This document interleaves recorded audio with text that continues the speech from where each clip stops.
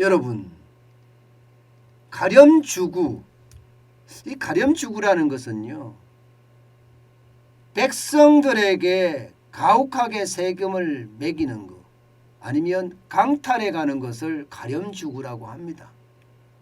그런데 그 뒤에 정권을 달았습니다. 권력. 문재인 정부를 다른 거죠. 그러면서 국민만 골병 든다, 이렇게 제가 제목을 달았는데 이게 사실일까요? 확실하게 사실입니다. 확실하게. 여러분, 이 지표 한번 보세요. 2월 말 기준 세수 증가액입니다. 12조 2천억 원이에요. 여러분, 우리 경제가 좋아졌습니까? 여러분의 살림살이가 작년 대비해서 올해가 좋아졌냐고요? 아니잖아요. 지금 살림살이는 더 나빠지고 있잖아요. 그만큼 소득이 줄었어요. 정부가 발표하는 통계는 찔끔찔끔 줄어들어가는 모양새지만 실제 우리가 느끼는 소득은요, 굉장히 많이 줄어든 듯 보이거든요. 문제는 소득이 줄은 데다가 물가까지 오르니까 우리 국민들의 고통, 서민들의 고통은 말이 아닙니다. 그런데 세수는 점점 늘어난다고 하면 이게 가렴주구 정권이 아니고 뭐겠습니까? 백성들에게 가혹하게 세금을 매기는 거죠. 옛날에도요, 경제가 안 좋아지는 것, 옛날에는 가뭄이 들어서 흉년이 들어서 진짜 백성들이 어렵게 되면 오히려 말입니다, 정부가 창고를 열어서 백성들을 구휼했습니다. 그런데 지금 자영업자들도 죽어간다고 하고 중소기업도 진짜 어렵다고 해요. 심지어 일부 대기업도 지금 굉장히 어렵다고 이야기하는데 세금은 엄청나게 늘어나고 있습니다. 이게 가렴주구 정권이 아니고 뭡니까, 여러분?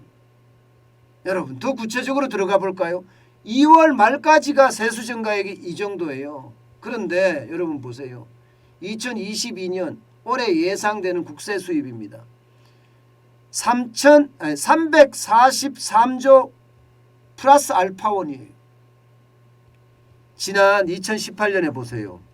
293조입니다. 2019년에 293조예요. 2020년에 285조입니다.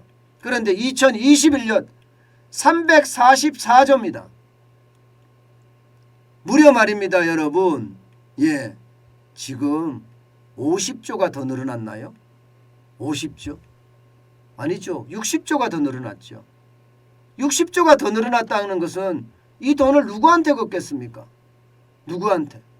우리 국민들한테 걷고요, 기업한테 걷는 겁니다. 무려 60조가 더 늘어났다는 건 단순하게 보기만 하더라도 20% 가까이 세금이 늘어난 건데 20% 늘어날 정도로 우리 살림살이가 나아졌냐고요? 아니잖아요. 그만큼 더 어려워졌습니다. 그런데도 세금은 가혹하게 매긴다는 것, 이것이 저는 가렴주구 정권의 전형이라고 저는 생각을 합니다. 올해도 그만큼 힘들다는 거예요. 우리는 세금 내다가 진짜 골 빠진다, 이렇게 이야기할 정도입니다.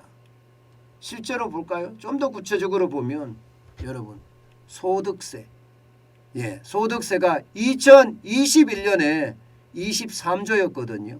그런데 올해 30조까지 늘어날 거다, 이렇게 늘어났다, 이렇게 예측되고 있습니다. 1, 2월에만 말입니다. 1, 2월에만. 그러니 이게 엄청난 거 아니겠습니까? 게다가 법인세는요, 2배나 늡니다. 2조가 4조 됐습니다. 부가가치세는 16조가 19조 됐고요. 부가가치세야 물건을 많이 소비하면 부가세 많이 내니까 뭐 이거는 전 국민이라기보다는 소비가 많이 일어나는 거다, 이렇게 이해할 수 있지만 법인세가 2배가 늘어나고 소득세가 지금 7조가 늘어났다고 생각해 보세요. 1, 2월만. 그러면 소득세라는 게 소득이 있는 곳에 세금이 있다, 이 말하고 똑같잖아요. 양도소득세, 뭐 주식이나 부동산에서 일어난 소득도 있고요. 소득이 일어난 곳이 많다는 이야기예요. 그러면 이 소득세가 결국은 국민들에게 걷고 법인세가 기업에게 걷잖아요. 저는 이런 걸 보면서 도대체 우리 정부는 누구를 위한 정부인가 참 묻고 싶어요. 그만큼 말입니다. 지금 나라는 난리거든요. 여러분 보세요.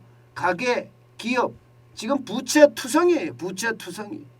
2018년만 하더라도 부채 GDP 대비 가계의 부채 비율이 89.4%였어요. 그러던 것이 지금은 106.1%까지 늘었죠.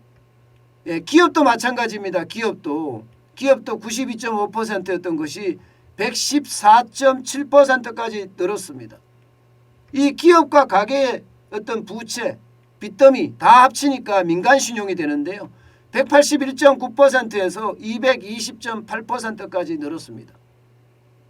정부는 세금 많이 걷어서 신났는데 국민은 기업이나 가게는 빚이 늘어나서 미치겠다 아니에요. 미치겠다.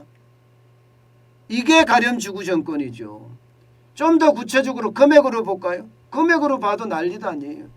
2021년 민간 부채 현황을 보면 말입니다. 가계 부채는 2180조예요.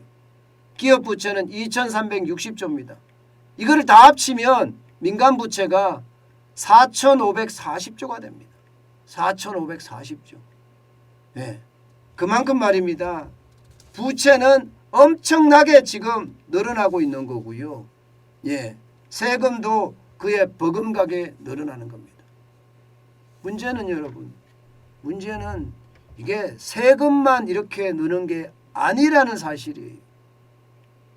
세금만 이렇게 엄청나게 느는 게 아니라 이게 준조세라고 이야기하는 4대 연금, 예, 그리고 4대 보험 다 같이 늘잖아요. 우리가 내는 거 당장 국민연금만 하더라도 지금 얼마나 올랐습니까? 여기에다가 건강보험료 거의 폭탄 수준이라고 이야기할 만큼 올랐잖아요. 예. 그러면 세금만 이렇게 많이 걷어간 것이 아니라 준조세라고 하는, 예, 준조세라고 하는 4대 연금이나 4대 보험도 지금 그만큼 많이 걷어간다는 뜻이에요. 참 이것을 보면 네, 우리 국민은 도대체 누구를 믿어야 될지 참 답답하다 이런 생각이 참 많이 듭니다. 그나마 다행인 것은요. 윤석열 정부 지금 인수위에서 나오는 말 중에 예, 국가 부채 그러니까 국채죠. 국가 채권은 최소한으로 발행하고 2차 추경을 하면서 네, 지금 세수를 그대로 풀겠다 이런 얘기가 나온다는 것. 이거는 그나마 다행한 부분 중에 저는 하나라고 생각을 해요. 추경에서 또 뭐 50조를 하니 30조를 하니 예, 그러면서 말입니다. 지금 자영업자분들 30조로 해서 600만 원씩 다 준다고 했는데 왜 차등 지급을 하느냐 하면서 지금 그야말로 성토를 하고 있는데요. 예. 그래도 너무 많이 지급을 해서 말입니다. 예.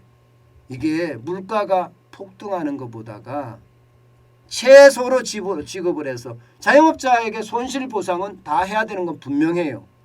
분명해요. 그러나 순차적으로 그리고 국채를 발행하지 않으면서 낸다는 것. 최소로 만들어낸다는 것. 이것은요. 어쩌면 다행입니다. 어쩌면.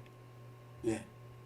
어쩌면 다행이라고 보는데 앞으로 좀 더 구체적으로 봐야 되겠지만 저는 그 어느 때보다 국채 발행은 최소화해야 된다. 그리고 통화량은 줄여야 된다. 이게 제 이야기거든요. 그만큼 말입니다. 이대로 놔두면 물가의 어떤 폭등 더 감당하지 못하는 최악의 상황으로 갈 수도 있습니다. 더 중요한 것은 국민들에게 예, 가렴주구 정권이라는 말 다음 정부에서는 안 나왔으면 좋겠습니다.